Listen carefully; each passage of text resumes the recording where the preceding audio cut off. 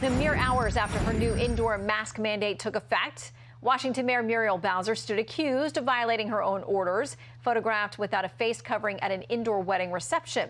Bowser's office claims any pictures of the mayor indoors without a mask on would be while she was either drinking or eating. Let's bring in Fox News contributor Joe Concha, try to figure out why the mainstream media doesn't appear interested in getting too far to the bottom of this story. Joe, great to have you back.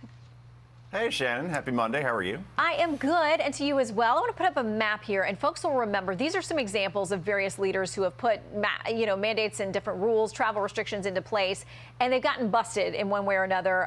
Governor Gavin Newsom has, more than one interesting example of that. We've had Mayor Bowser. Remember as well, too, there were travel restrictions at the time of the election. She went to Delaware to be part of the president's election night festivities and said that was essential travel. Joe, you know the examples. We could go on.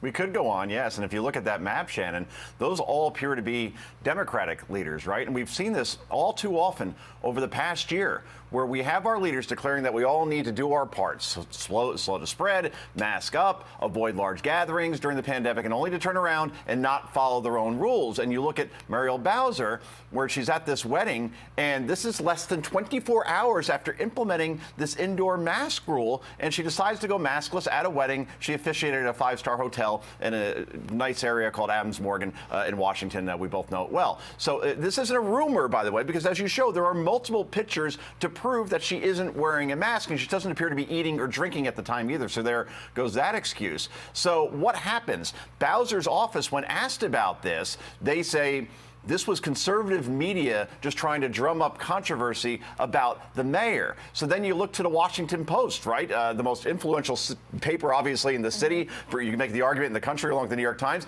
They didn't even touch the story one bit. The Washingtonian noted that the reporter, who was only doing her job from the Washington Examiner, she wasn't even invited to the wedding. Therefore, it was illegal for her to investigate this somehow. What a joke. So, look, the mayor should just own this. But instead, like Gavin Newsom, like you showed in that map, at the French Laundry in Napa, maskless, while not vaccinated, by the way, because it's before the vaccine. Nancy Pelosi had to go to a hair salon, maskless, not vaccinated. Lori Lightfoot, maskless, not vaccinated, also had to get her hair done. They get caught breaking their own COVID rules, but apparently it's rules for thee, not for me. Example Z.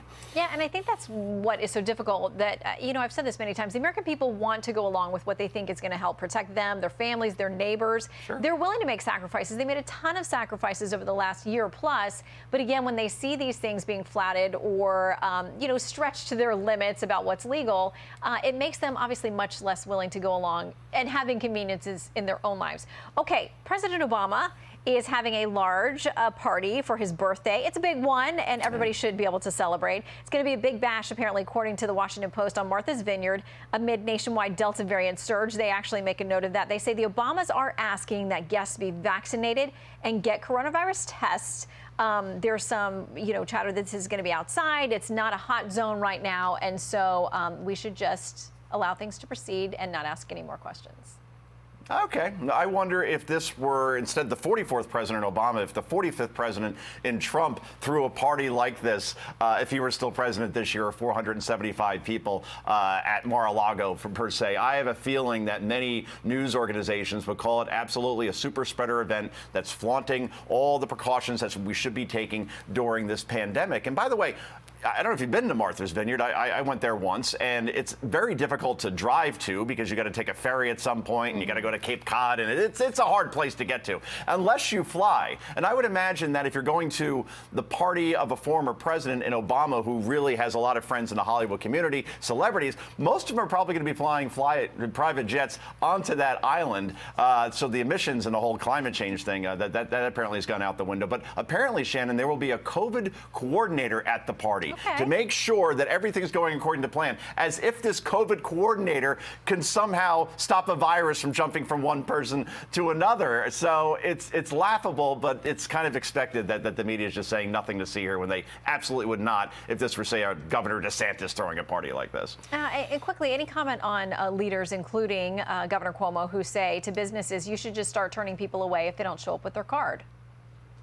That's amazing, isn't it? These businesses have suffered enough as it is. This is the last thing they want to do is alienate their clientele, people that may come into their place of business often. And remember, the highest amount of people that aren't vaccinated right now, when you look at ethnic group, it is African Americans, Shannon. 36% of African Americans have been vaccinated. You compare that to Asians, 65%, whites, 48%. So in New York City, that's not going to fly very well, no question about it. Well, we'll track it because there are other leaders who are asking the same of businesses in their jurisdictions. Joe, always great to have you stop in. Thank you so much. You have a great night, Shannon. You too.